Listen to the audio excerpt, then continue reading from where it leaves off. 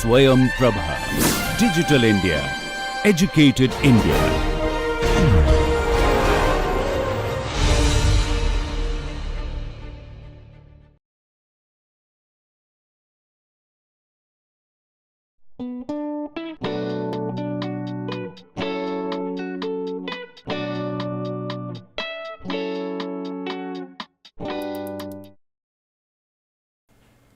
So, hello everyone, we are still on module 1, but this is going to be the last lecture for module 1, and this is on COVID, urban informality and environment, and our focus of attention would be on the global south as we discussed in our earlier presentation. So, we have to understand this relationship between COVID-19, I think the greatest pandemic that modernity is confronted with, and issues of urban informality, how the challenges of COVID actually get exacerbated within the urban informal context, and especially for the megalopolises or for the megacities of global south. So, the concepts which we will be covering here are urban informality in the global south, what urban informality is all about, and I have conceptualized this notion, and I think this can be a useful theoretical traction. So, this disaster scapes. So, how disaster gets transformed, how hazard actually gets transformed into a disaster when the hazards are faced by already vulnerable communities inhabiting vulnerable patches. So, I think we will be definitely talking about disaster scape, and I would be elaborating on this particular concept of disaster scape, which I think is a significant theoretical traction.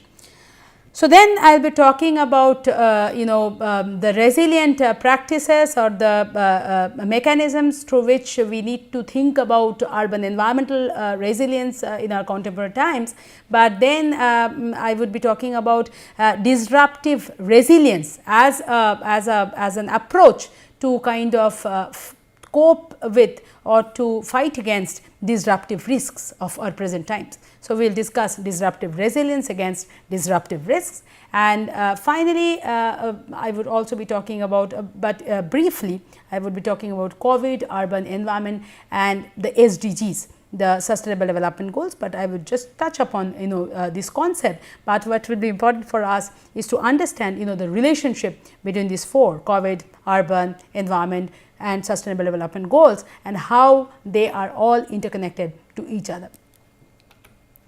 So, as per the report of UN Habitat, so this is a very recent report. So, and we we have seen this ourselves, that how this COVID is actually an urban centric disease, and why? Because 95% of the total cases they have occurred in the cities. So, out of like roughly 210 countries or so, like 1430 cities are very much affected by COVID-19. And why this transmission has been a lot more in the mega cities? Because if you remember, we had a map where we tried to kind of map the contagion, right. So, if you remember that map in the previous, in one of our previous lectures. So, we also that map that map illustrated quite efficiently that how this all these cities, all these terminuses, they are internationally connected. So, as they are internationally connected, so the transmission rate across these mega cities, scientifically and technically, they are they are the highest. So, but then this is a major argument, and this is a major thing which we need to think about, that though COVID has though COVID can be designated or understood as an urban centric disease, but at the same time we have to keep in mind that it has differentiated impacts. It has differentiated impact for different spatial sites, again shaped by different socio-economic characteristics or attributes, and this is the core of our discussion. This will be the core of our discussion for this presentation or for this lecture. And for example, if you take the example of like Asia Pacific, so Asia Pacific is one of the most susceptible region. Why? Because Asia is definitely, it is undergoing and it is encountering hyper urbanization. We had discussed this in our previous lecture, and the nature or the character of Asian urbanization is that like it's irregular urbanization. So, irregular urbanization, which means that like 1/3 urban population actually they inhabit the slums and squatters. So, they are the slum dwellers and they are squatter dwellers. So, this brings us to the problems, to the additional problems, the additional challenges and additional vulnerabilities of urbanization in the global south for developing cities. And all of us, I mean most of us, I think we are aware about Mike Davis's work on this. So, Mike Davis he wrote Planet of Slums, which was published in New Left Review, and this is a, I mean this is a major, this is a path breaking work where he talks about urbanization without growth. And urbanization without growth, you know, in these south global, I mean in these southern cities, this can be contextualized, and we can immediately understand, you know, the legacy of the geographical and political you know conjuncture. So, for example, the debt crisis of the 1970s followed by the IMF led restructuring of third world economies and then the iron laws of advancing technologies. So, the results, so the outcomes have been soaring prices, but falling real wages and skyrocketing of urban unemployment. And apart from Mike Davis, there are other like geographers and also social scientists who have discussed this in great detail. For example, people like David Harvey and also Joseph Gugler. So, Gugler's 1997 Oxford book on cities, I mean specifically on issues and policies relating to cities of the global south, of the developing countries, is I think should be mentioned in this context. And Adriana Allen, we discussed Adriana Allen in our last lecture, and Adriana Allen also has talked about this particular syndrome of peri-urbanization, you know, as an outcome of present day urbanization. So, what is this peri-urbanization? So, peri-urbanization, Adriana says that peri-urbanization is urbanization without infrastructures. That is, though these areas these have become urbanized in our recent times, but at the same time they suffer from lack of utilities, right, lack of public provisions like clean drinking water or appropriate sanitation facilities. So, they have urbanized, but they still lack, you know, they are not properly covered by networked infrastructures. So, they are non-networked cities, non-networked urban spaces with its you know, with its multiple problems. So, this is definitely this Mendieta 2019. So, Mendieta in his article called Eighth City talks about irregular urbanization, where he talks about, you know, how this present day urbanization in global south is very much associated with the growing numbers of ghettos, shanty towns, favelas, slums, chawls, etc.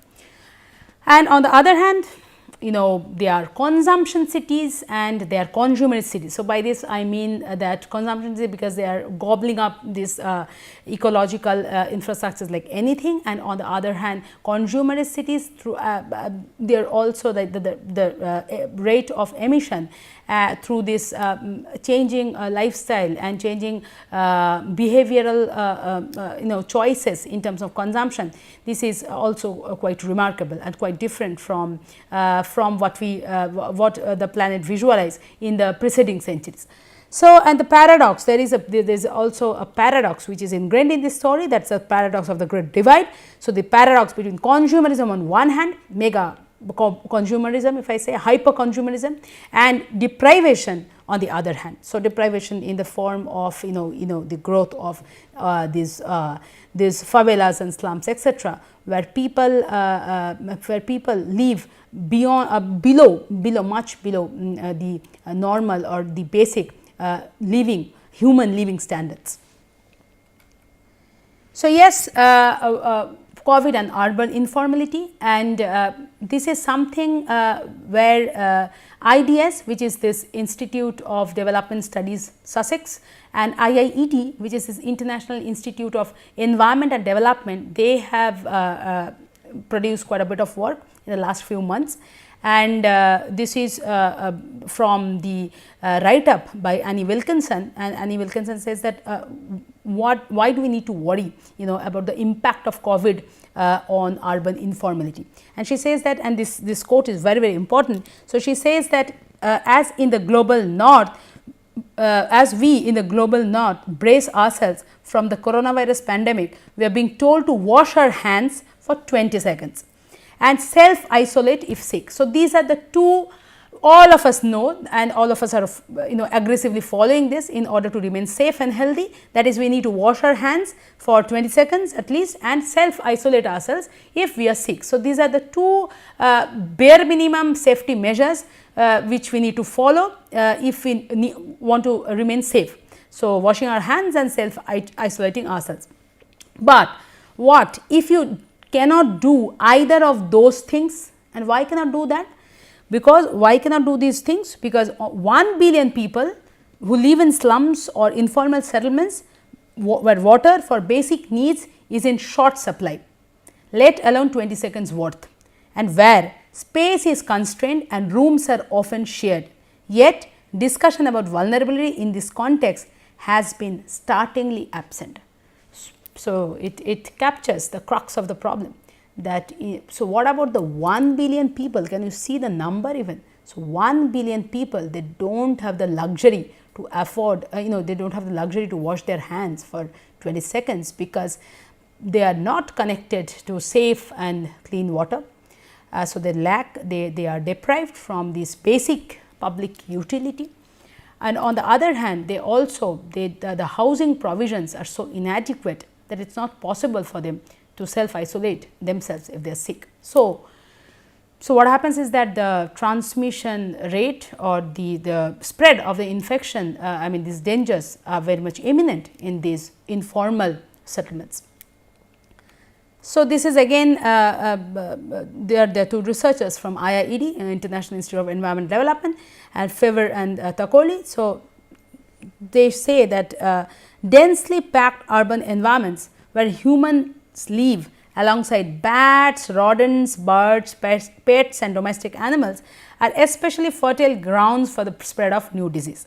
So, here viruses or other pathogens can easily jump from species to species and evolve to be infectious to multiple hosts. So, this is another dimension of the problem, that what can happen in urban informal settlements, and how this pandemic can even get aggravated in these already deprived and otherwise extremely vulnerable, marginalized and inhospitable scapes. So, this has provoked me to kind of conceptualize these urban informal settlements, this urban informal space as disaster scapes. Now, I will elaborate why I have used this term, how I have formulated this notion of disaster scape. So, if you see these settlements, you will find that they are not properly connected to water and facilities. So, there is lack of utilities. They suffer from inadequate housing arrangements. So, very densely packed, and most of these settlements these settlements have single room. So, single room shared by the whole family. So, it is densely packed, and also the materials that are used for these small hutments or tenements, they are rudimentary materials. So, they are quite fragile. So, there are issues relating to space, materials and hygiene, because these squatters or the slums, they often they are I mean they develop in either on the side of railway tracks or on the bank of a polluted canal. So, they are also not, I mean there are issues in terms of hygiene as well. And there are like apprehensions of explosion of fire. So, that is also there. Flooding, because again these areas suffer from the risks of floods. Displacement and eviction, again Mike Davis, I remember like in his work Planet of Slums, how he talks about how these people, the squatter dwellers, the slum dwellers, they are used by the political parties or the political lobbies as vote banks. So, they have voter cards, but they lack they lack ownership deed documents. So, at any time they can get evicted. So, these places, these people, they always suffer from eviction and displacement threats. And now like this eviction has become more frequent, with the fact that most of them had lost jobs during this period of crisis, and so they are not being able to afford their rent. So, they are being evicted from their houses. So, they have no other option but to leave their houses and to move out somewhere else in search of livelihoods, in search of occupation. And interestingly, in India we have also seen this reverse migration from these cities, from the squatters back to the rural areas. So, and these places are also like they are these budding centers of crime, and because they are also very much associated with criminal cartels and all. So, I remember a work by Jeremy Seabrook. So, Jeremy Seabrook is a journalist, and he used to write a lot for the Statesman a newspaper. And so, he talked about this association between the youth inhabiting the squatters and the criminal cartels, especially focusing on some squatter settlements in eastern Kolkata. So, these are all the variables, these are all the these are the issues like association with criminal cartels, like eviction displacement, like lack of public utilities, like inadequate housing, etc., which make this vulnerable scape transform into disaster scapes. Why? Because here any hazard can immediately get transformed into disaster, because the question the issue of vulnerability is so much there. The issue of vulnerability in its multiple forms, in its multivariated ways, is so much ingrained in these informal settlements that hazard gets transformed into disaster. So, they are disaster scapes. And I should mention quickly here about the 5th October IIED webinar that happened. So, IIED, International Institute of Environmental Development, they conducted a webinar for one day on 5th October in association with the with EU, which is Environment and Urbanization group, or the Environment and Urbanization Journal, SAGE Journal. So, 5th October it was the World Habitat Day, and the day also coincided with the launch of the specific issue of the journal. So, together they kind of organized this webinar, basically discussing these vulnerabilities or these challenges in informal settlements. But most importantly, they emphasized on, they talked about housing, inadequate housing housing options or arrangements in these settlements. And this is the link which is there in this slide. So, please access this link. you will be able to access the content of this webinar, which will be very, very important for our discussion and for a better understanding of urban environmental dynamics in the global in these developing cities of the global south, and especially within this pandemic context. And also there is a video, you will be able to see the video while you access the site. So, please go through the content and the video by accessing this particular IIED site. And yes, so when I formulated disasterscapes as a theoretical traction, I was very much influenced by the work by Diana Mitlin. Mitlin is also part of IIED, and Mitlin says that talks about how cities of the global south are more susceptible to the disease as for their population densities, low income and meager savings, risky occupations and lack of affordable health services, all these coming together as a package. So, one can understand the multiple vulnerabilities being encountered by these informal settlements, which make these scapes disasterscapes. So, now I will come to the Indian context, and some research is going on within so far as the Indian cities are concerned. For example, there is a recent research by Wasdani and Prasad 2020, and this is so Wasdani and Prasad, they have mainly focused on the city of Bangalore, and they talk about the impossibility of slums to maintain social distancing at any, and this is what we already discussed. So, Annie Wilkinson drew our attention to this very fact that this social distancing is it's a myth, it's not possible, it's an impossible thing for urban slums, because they are so densely packed. And this has been validated for the city of Bangalore by these researchers, urban researchers. Similarly, so this is the picture from Mumbai's slum. So, this is Dharavi. So, Dharavi is one of the most vibrant, but it's one of the most prominent slums of Mumbai, and it is the prominent slum from Mumbai. And why Dharavi is so important? Because and if you just see the figure, for example, in India, the average population density is 384 persons per square kilometer. All right.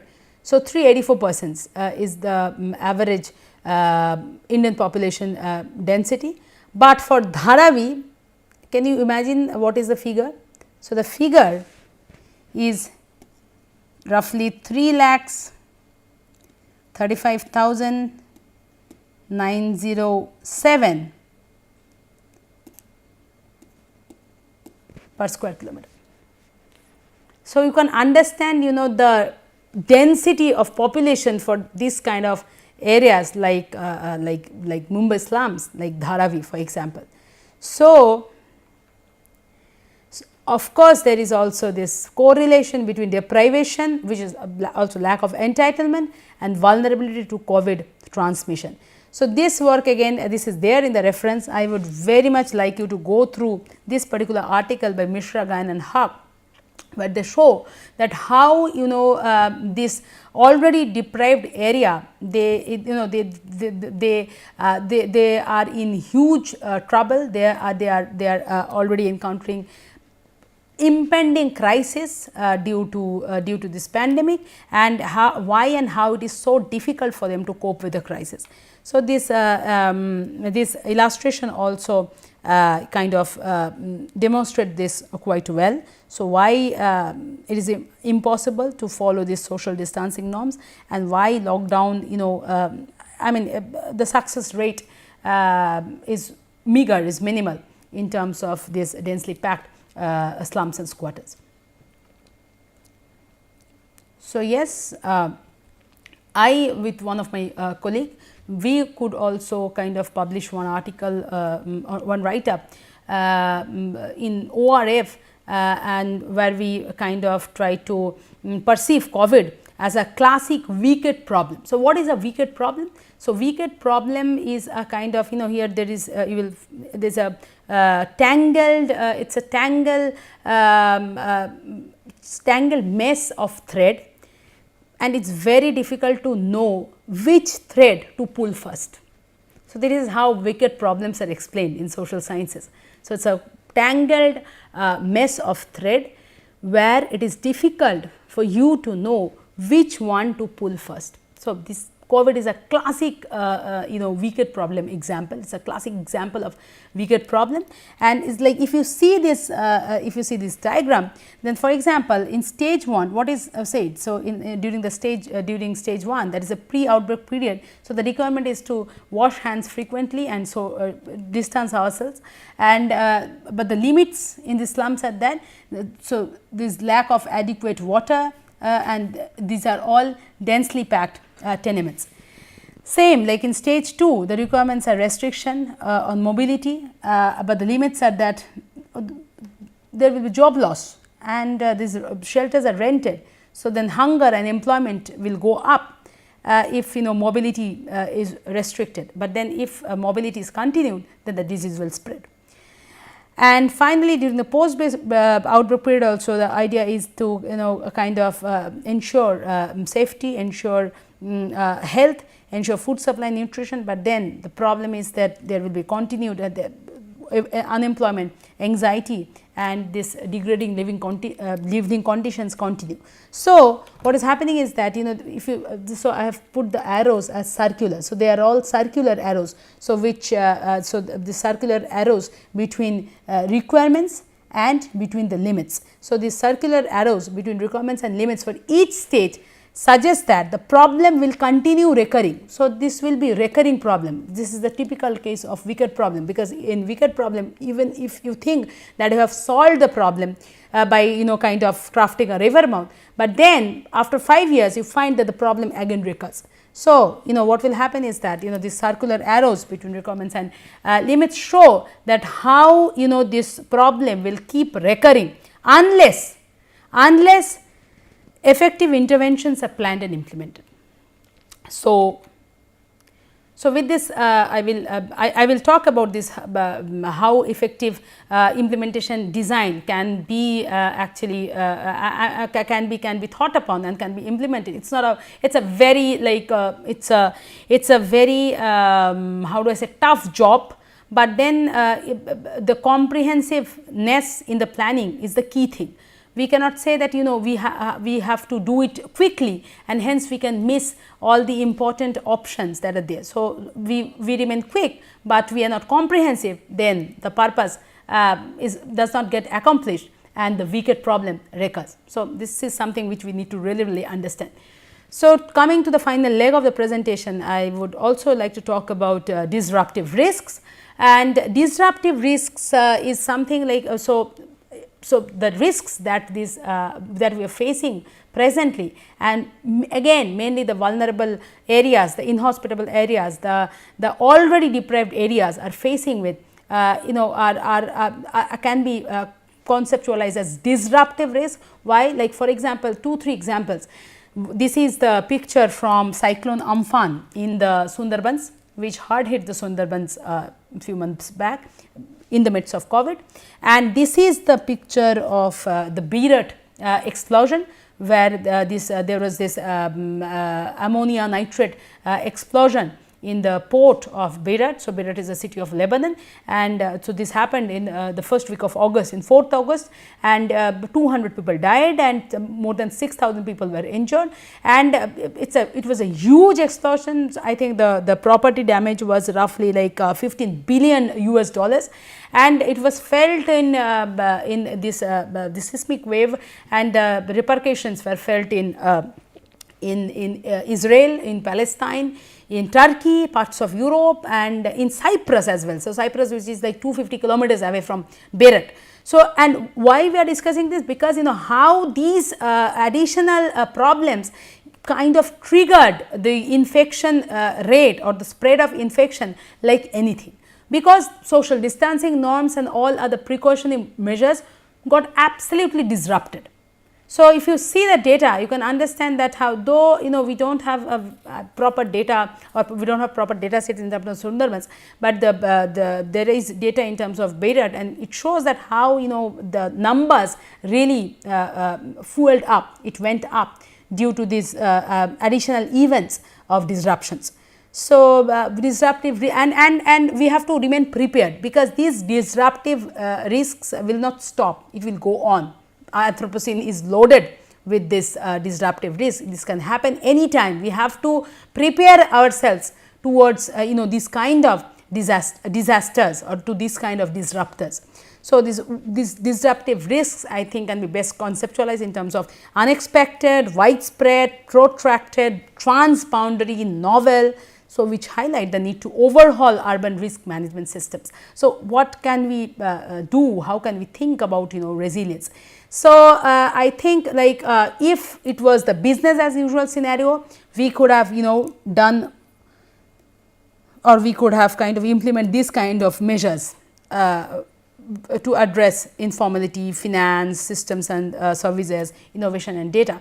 But as we are facing, as the urban informal settlements are facing disruptive risk, so we also have to think in terms of disruptive resilience. So, and the stress is on, for example, if we take informality as the example, I think like previously the idea was to follow this participatory mechanism through which the local people can participate in the project design. But now no more we can restrict ourselves to this participatory approach, because we all know about the severe limitations and constraints in these participatory approaches and paradigms. So, we have to think about how we can evolve the local people as leaders. So, from participation to leadership. So, that pathway has to be there has to be the transition into this pathway from participation to leadership. So, where we can treat local people and institutions as full partners to ensure that decision making on risk management devolves and draws on expertise of those living in informal. So, their expertise have to be harnessed. So, this is so important. And like finance also is like the whole the stress or the emphasis here is actually how best we can manage to involve and engage the local people, and in terms of, for example, even in terms of data, not only big data which are generated by using costly means, and the technology is also robust, quite costly technology, time consuming as well. So, these are done in through cloud computing, etc., etc. So, they are quite robust models and designs. But then apart from big data or along with big data, self enumeration exercises which are low cost, which can provide dynamic risk data. So, these self enumeration exercises also can be done. And there are examples, examples from Accra, examples from Dharavi, examples from Quito, which show that how the community involvement, community engagement has enabled these municipal governments to act in a far better way. So, there has to be this we can think about transitioning. We have to kind of craft pathways through which transition to disruptive resilience, again disruptive risk, can be possible. So, the very last part of the presentation, along with disruptive resilience, we also need to think about this system thinking approach, where we need to understand this risk and resilience both are systemic, right. So, the plans, the strategies or the projects that we want to design should be aware of the fact that the cities of our contemporary times, they face two fundamental challenges. So, two things need to be addressed. So, the first is the need to provide better livelihoods and QOL, quality of life, to citizens, and this has to happen without crossing the planetary boundaries, within which we can which is the safe operating space for humanity. And then the second one is the need to prepare for and cope with events that threaten the safety of people. So, the continuity of cities' various functions and services, that is the continuation of the resilience capacity of the city has to be ensured. So, these are the two things that largely needs to be addressed by any plan, any scheme, any project addressing urban environmental, I mean that is part of this urban environmental planning project, and that is part of that is targeting urban resilience. So, we have to look at how different systems operate, and not only they operate, but they also overlap. So, they influence each other. So, different systems, they actually influence each other. So, promises to include these aspects, and thus make cities more resilient to current crises like COVID-19 pandemic and beyond. So, this system thinking approach is very important, and I have taken this from Pollitt, and Pollitt himself, he is part of this municipal governance in Quito. So, Quito, which is the capital of Ecuador. So, please go through the reference, and please go through Pollitt's system thinking approach, and this will provide you a lot of insights about how we can really plan, we can plan effective strategies through which the cities will be in a better position to kind of face a crisis, through which the hazard will not immediately get translated into disasters. And this system thinking approach, I think, I personally feel would be very important for Indian cities as well. This is the final slide. So, where I say that if you remember this illustration, I also showed this illustration, but during that time the illustration only had these 2 rows. So, this third row, this third aspect was not there, but here this addition has been made. So, if you see that we talked about the circular arrows between requirements and limits. So, if effective interventions are not designed and implemented, then the circular arrows will continue and the wicked problem will keep recurring. But then if proper interventions are planned, for example, if this clean water and sanitation can be planned for these informal settlements, then the circular arrows will no more remain in the same position. So, and the most important part of this is that COVID can also be looked into as an opportunity, because all of us know that it also has COVID has badly infected the SDGs, but at the same time it provides a lot of scope through which we can come up with management plans, or I will not say management, but we can plan adaptation, we can kind of plan effective adaptive strategies, effective situated adaptive strategies and mechanisms in such a way that at the same time parallelly these sustainable development goals can also be automatically targeted. So, these are all in tune to the SDGs that we are trying to arrive at by 2030. So, I do not see a clash. So, this is an opportune moment where we can effectively plunge into these this comprehensive, meaningful and democratic urban environmental planning exercises. And the NGOs, GROs, needless to say, they need to be capacitated.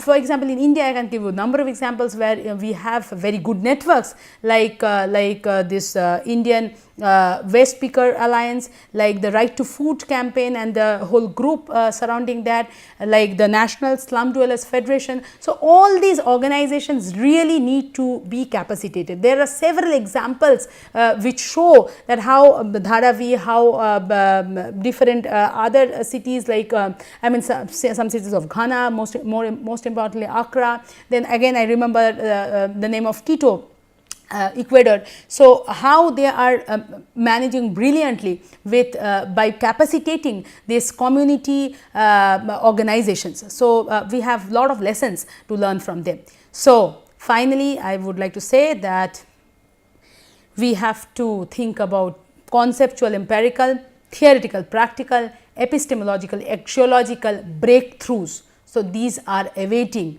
the urban environmental scene. So, let us not waste any more time, but plunge into this conceptual, empirical, theoretical, practical and epistemological, axiological journeys, where theories we should be able to come up with mechanisms through which theories can get translated into actions. And when we talk about frameworks, those frameworks will not only remain restricted within the pages of urban planning discourses or urban planning provisions, but those we will be able to kind of implement those as engaged praxis.